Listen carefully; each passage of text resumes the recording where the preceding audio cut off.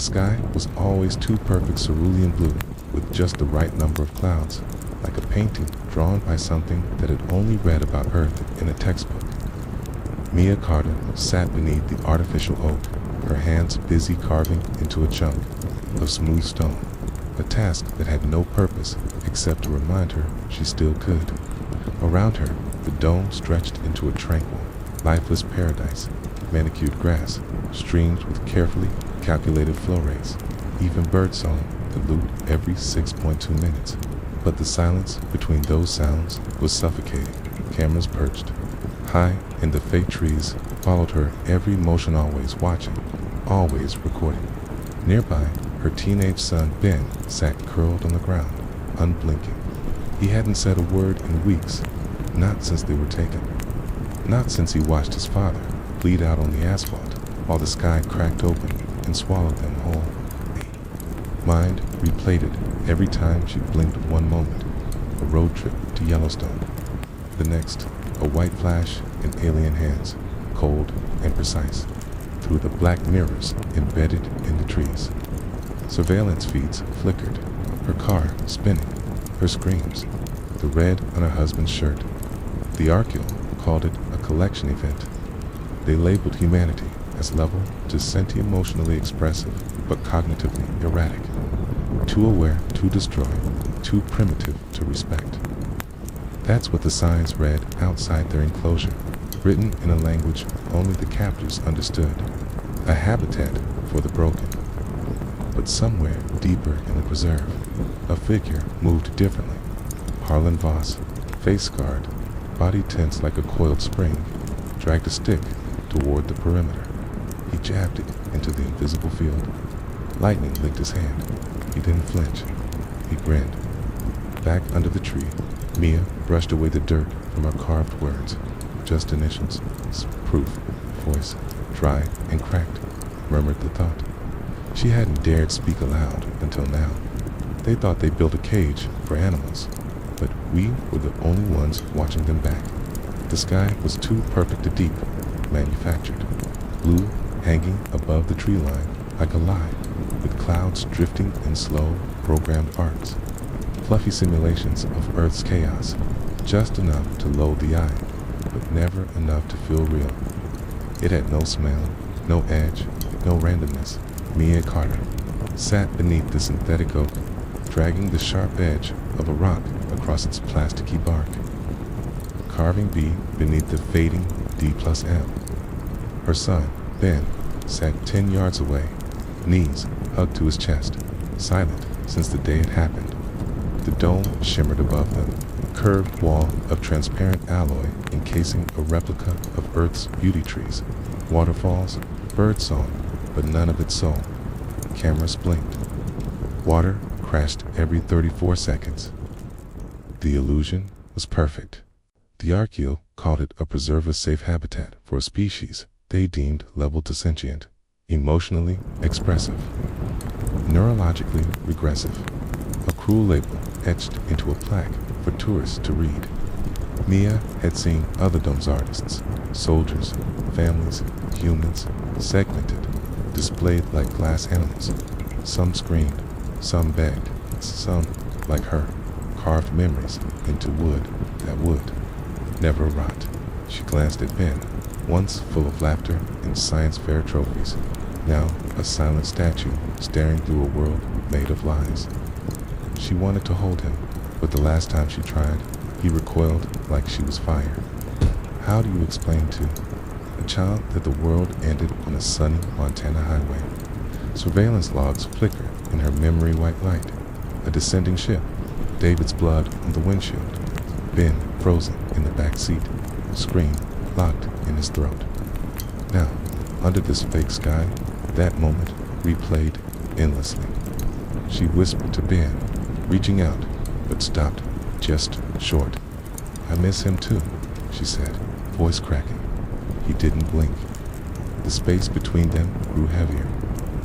Elsewhere, Harlan Voss crouched by the perimeter ex-Marine, scarred, calculating. Pain was data. He drove a wire into the shimmering field. Sparks burst. He smiled through the burn. He'd tested 5 points now. The northwest quadrant ran hotter. It meant it mattered. Mia had watched him from afar. Unlike others who wept or raged, he mapped, learned, planned. She admired him. She envied him. He hadn't broken. She felt grayed out, like her senses were filtered through grief. Days looped. Birds chirped in cycles. Stars never shifted.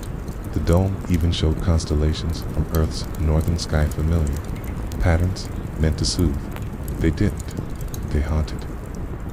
At night, she lay next to Ben's cat, whispering stories of Voyager and satellites orbiting Jupiter. He never responded. Still, she spoke. We thought first contact would be music, or peace, she whispered. We never thought we'd be pets. The next morning, Ben was gone. Panic slammed into her chest till she spotted him near the wall, beside Harlan. The soldier knelt, gesturing. Ben knelt, too. They were building something. For the first time in weeks, he moved with purpose, not fear focus. She approached. Harlan didn't look up. You want to help? He asked. She nodded. You're an engineer, obvious. You've been watching me, she said. He chuckled. It's like they've been watching us. The camera whirred above. They're listening. She whispered. Not well enough, he said. Their translation software can't keep up. That's our one edge. That's not reassuring. Doesn't have to be. Just has to be true. That night, Mia watched her son thread wires with steady hands, guided by a scarred stranger under a starless lie. Her chest tightened not from fear, but from hope, distant and absurd. But it flickered. Beneath this glass sky, something stirred. Not rage, not survival. Intention. The Archeal thought they'd built a cage for animals, but they were wrong. They were the ones being watched. Before the abduction, Mia Carter had lived a life of deadlines, flight, telemetry, cold brew coffees left half-finished on steel workbenches. As a lead systems engineer at Astrion Dynamics Sun, private aerospace firm contracted 4 deep orbit satellite delivery. She used to believe her work meant something, okay? That every thruster she calibrated, every guidance patch she rewrote, brought humanity one step closer to the stars. But the stars had lied. After David's sudden death, after Ben's diagnosis with selective mutism, Mia's world contracted into routines. Morning toast with strawberry jam, therapy appointments, quiet, tension in every room. She tried to hold things together with science and silence. When they were taken, she didn't scream. She just held Ben, arms tight around him, as though muscle memory could shield him from the end of the world. Now, 173 days later, they lived inside a dome engineered to suppress everything human. Every system ventilation, waste, food, even the simulated sunrise was automated, tamper-proof, impossible to rewire. Every attempt at rebellion triggered the same punishment, sonic paralysis, an invisible frequency that locked every muscle and left them choking on their own stillness. The Archeal watched from behind black lenses, voices filtered through metallic translators, observed the grief cycles. They expired faster than anticipated.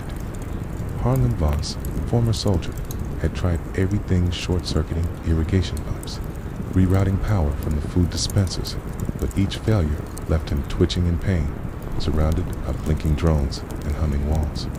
He hadn't always been a pariah.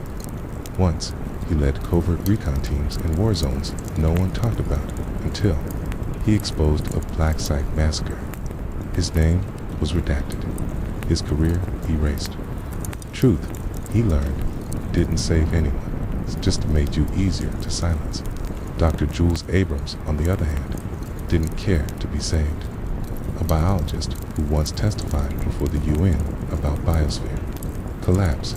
He believed their capture was proof of a failed species.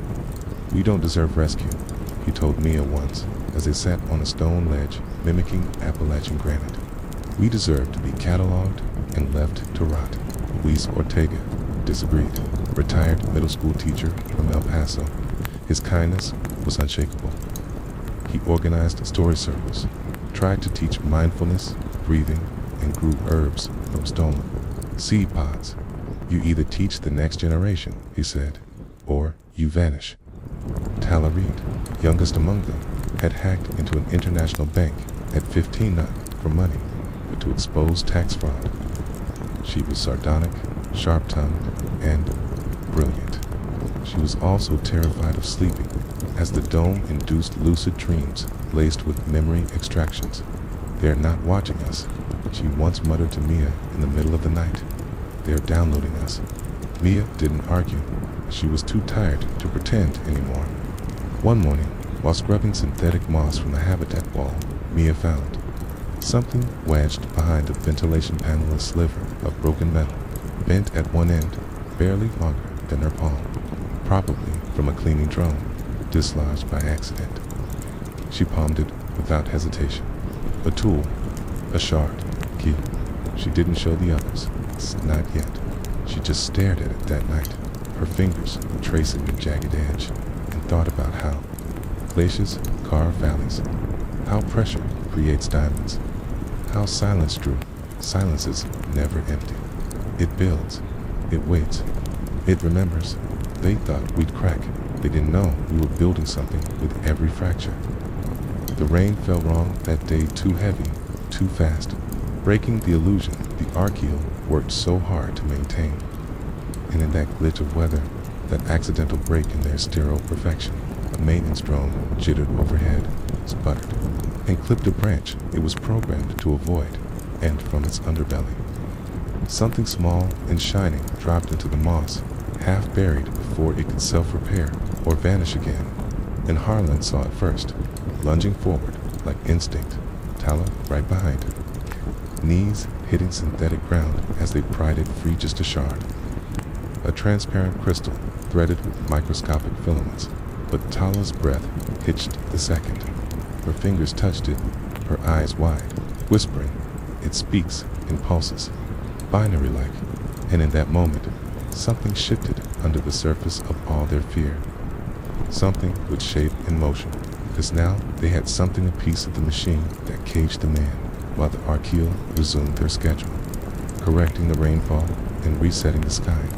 Mia and Tala began long hours bent over stolen soil and sketch lines etched into dirt, decoding layers, testing pole sequences with sticks and fragments and guesswork, building theories about how the field hummed and breathed, about timing, windows, and energy feedback, and the exact sonic frequency that might, just reverse the boundaries charge for a fraction of a second, and through it all, then watched, silent, distant, unblinking, but always watching, until one night, under the fixed constellations, and the sound of Tala's exhausted snores, Mia felt a tug on her sleeve, and turned to find her son's face half-lit, eyes locked on hers, and then, soft as wind, certain as fire, he whispered a single word, blueprint, and her breath caught like her body remembered something before her mind did. Because in that moment, she knew he had seen everything, remembered everything, mapped everything. And as they scraped back patches of soil where he'd been drawing alone, they uncovered schematics.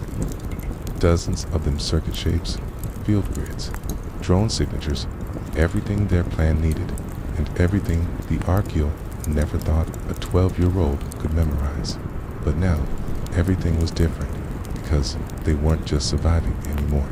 They were moving, and when Harlan heard the word, when he saw Ben pointing at his own sketches and describing the pulse length with chalk on bark, he stood silent for a long time before punching the nearest dome wall so hard it bruised his knuckles.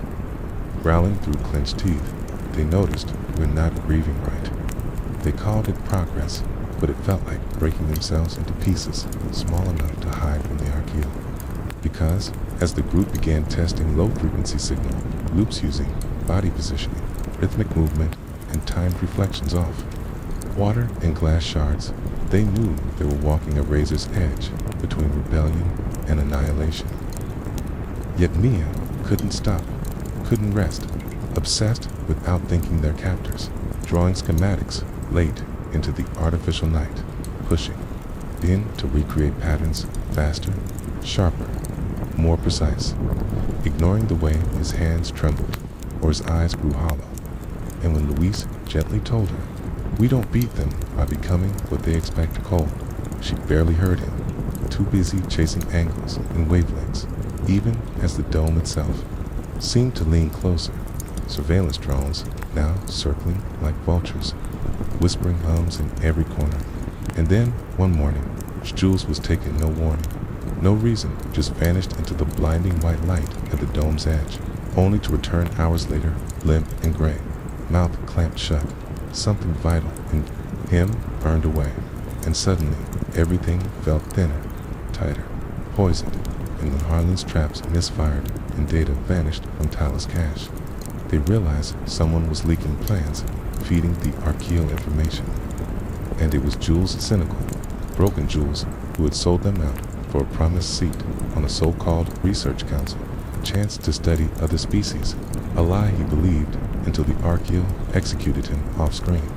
No fanfare, just silence and a blank slate where his file used to be, and Harlan nearly killed a handler during a restraint malfunction.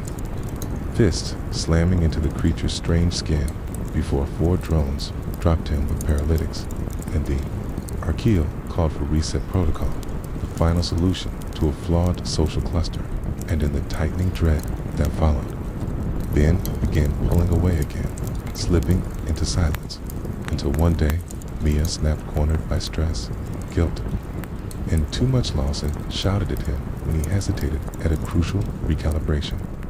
Her voice sharp and foreign even to herself, and later that night, beneath the fake stars, she saw it, a message scratched into the dirt by Ben's trembling hands. "You're just like them now," and it shattered her, sent her stumbling to the edge of the dome where she collapsed under the fake oak, hands buried in her face, sobbing harder than she had since the day David died, whispering apologies into the moss, admitting to the cold, silent sky that she didn't know how to fix her son, or save herself, or remember how to be anything but broken. They moved at dawn if the dome's artificial light cycle could be called that every step of their escape plan, honed to the edge of desperation. Mia and Tala crouched beside the misaligned circuit crystal while reflective surfaces were positioned to bounce calibrated pulses into a loop that Tala calculated down to the microsecond. And when the signal fired, the dome's security grid hiccuped 3.2 seconds of silence. Of freedom, and Harlan surged forward with his makeshift EMP. Crafted from heating coils and battery shards, sprang 3 surveillance nodes before collapsing from the feedback. And while he recovered, Tala injected falsified behavior loops into the Archaeo exhibit feed, endless recycled footage of passive humans walking, crying, sleeping, giving them precious minutes of invisibility. And in the quiet haze of this manufactured glitch, Mia tapped into the auxiliary data port embedded in the habitat floor and sent a binary distress signal she'd encoded by hand each pulse exact. Urgent, human end. When the response came, it stole her breath, a ping, unmistakably tearing. From a functioning human satellite, proof that Earth hadn't burned, hadn't abandoned them, and with that spark, everything shifted, because as they pushed open the maintenance corridor and crossed into the zookeeper's observation deck, what they saw shattered every assumption. Hundreds of domes, thousands of species, some passive and strange, some clearly mimicking captivity to avoid detection, all under the Archaeo's scrutiny. And suddenly, their own narrative, primitive, regressive, emotionally volatile, wasn't unique. It was a lie. Systemic control protocol dressed as science, and Mia didn't hesitate. She rerouted the zoo's master feed through their signal, broadcasting the truth across every interface, screen, and translator, human faces. Harlan's bloodied fists, Ben's schematics, Tal's voice spitting rage in code and across domes, species stirred, watching, decoding, rising. Carity scrambled too late to contain it, as Archaeo handlers barked commands in garbled, panic. Louise stood at the heart of it all and simply whispered, "Hope is viral." And the zoo burned not in flame, but in awakening, in resistance, in revolution. And Mia's voice, calm and unshaking, rang through every speaker. We weren't their exhibit. They were ours, and we were done watching. The uprising shattered the zoo's neural grid, cascading failures spreading like wildfire through containment systems as species across. Domes awakened to the truth and tore down the lies that held them. And as archaeo control collapsed, Mia's encoded distress signals, still looping through the hijacked broadcast, was picked up by a long-range Earth satellite, bringing a rapid response from orbital authorities who had never stopped scanning deep space for the missing. And within 72 hours, a reconnaissance vessel breached the edge of our kill space, broadcasting a rescue protocol that forced the remaining handlers into retreat and sent their empire's investors scrambling to disavow the program, revoking licenses, terminating contracts, exposing the decades of sanctioned captivity with a fury only public shame can ignite. And in the days that followed, the survivors, human and non-human alike, gathered in the fractured shadow of the broken domes, forming a refugee-led council to govern their transition from specimens to citizens, with Mia, Ben, Tala, and Luis at its heart. Voices that had once whispered through walls, now speaking openly of repair, of healing, of choice, and Ben no longer silently translated alien thought math into workable logic strings, bridging species through shared language, while Harlan offered a hero's reinstatement in Earth's reborn Galactic Defense Corps. Simply shook his head and said, "I don't fight for flags anymore. I fight for people," before disappearing with a salvage skiff and a mission he didn't name. And when Mia was offered her old job, back head of propulsion at Earth's leading research institute, she looked at the stars, then turned it down, choosing instead to lead the development of an open-source universal translator, built not for profit or power, but for connection, for understanding, because what they'd learned in that cage was simple and brutal and true.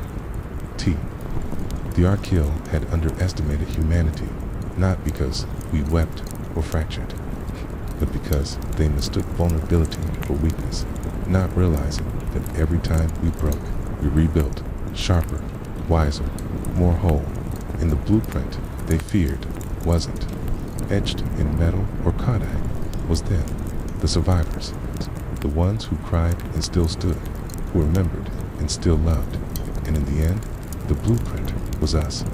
Years later, under the soft light of Earth's reconstructed orbit museum, a small child stood before a sleek black wall etched with names and symbols, not all human.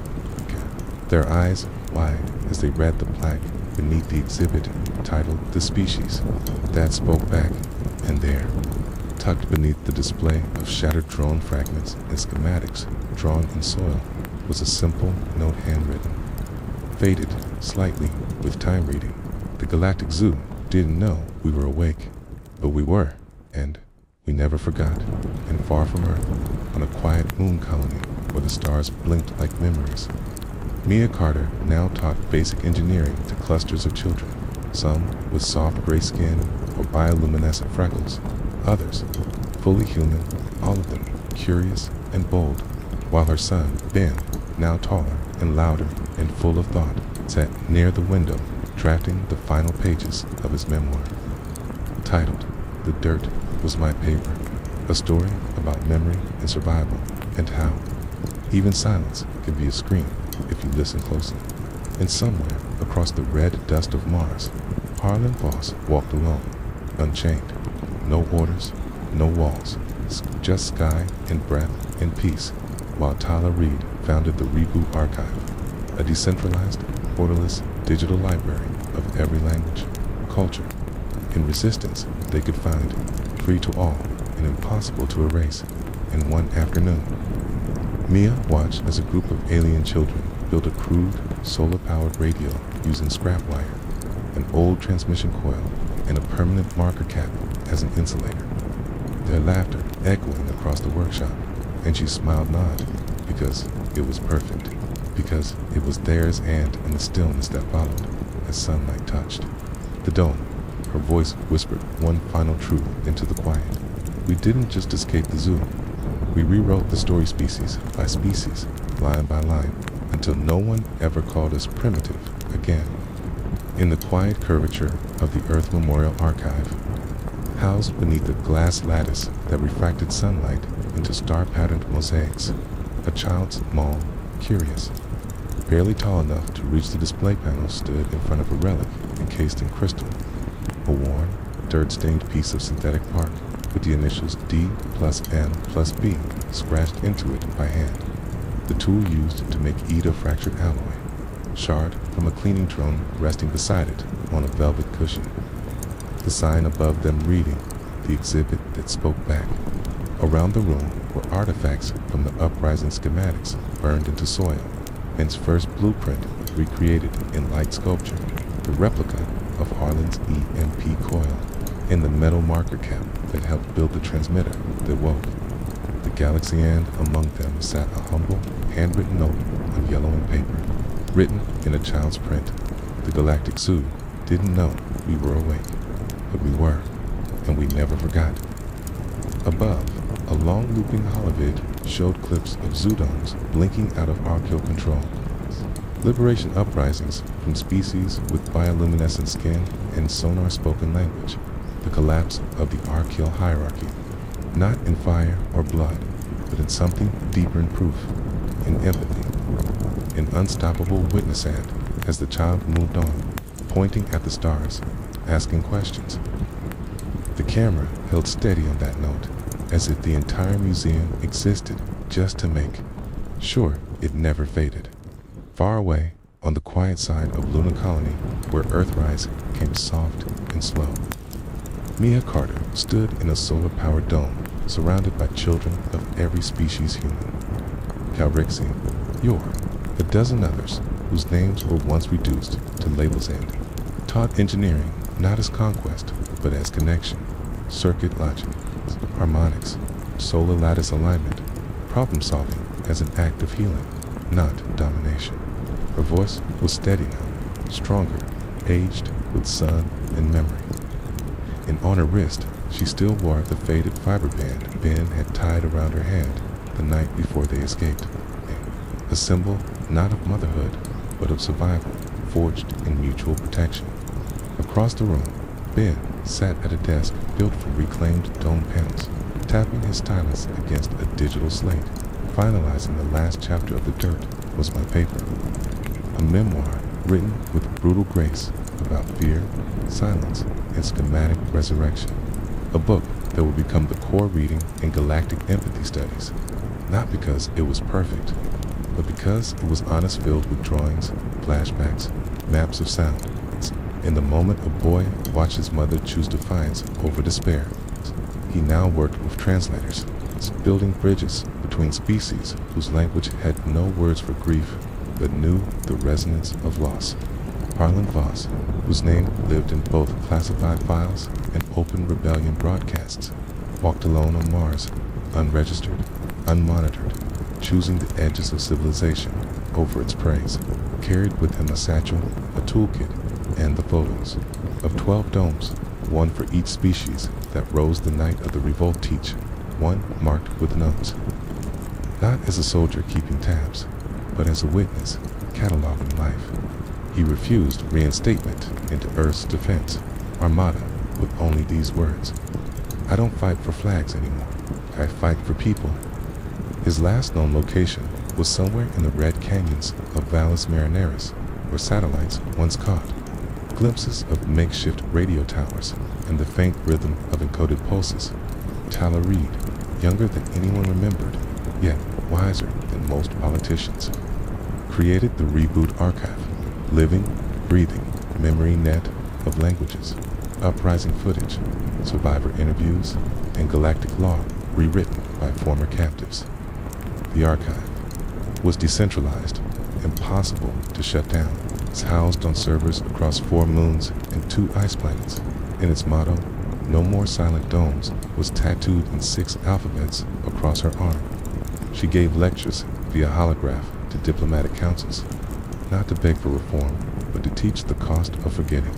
Luis Ortega, who had passed peacefully on Europa Station 3 years after the revolt, was honored not with a statue, but with a garden, wild, unprogrammed, seeded with native flora from the home worlds of all 13 liberated species, each plant tagged, with a single quote from his daily stories, his favorite being, "Even in cages," he taught.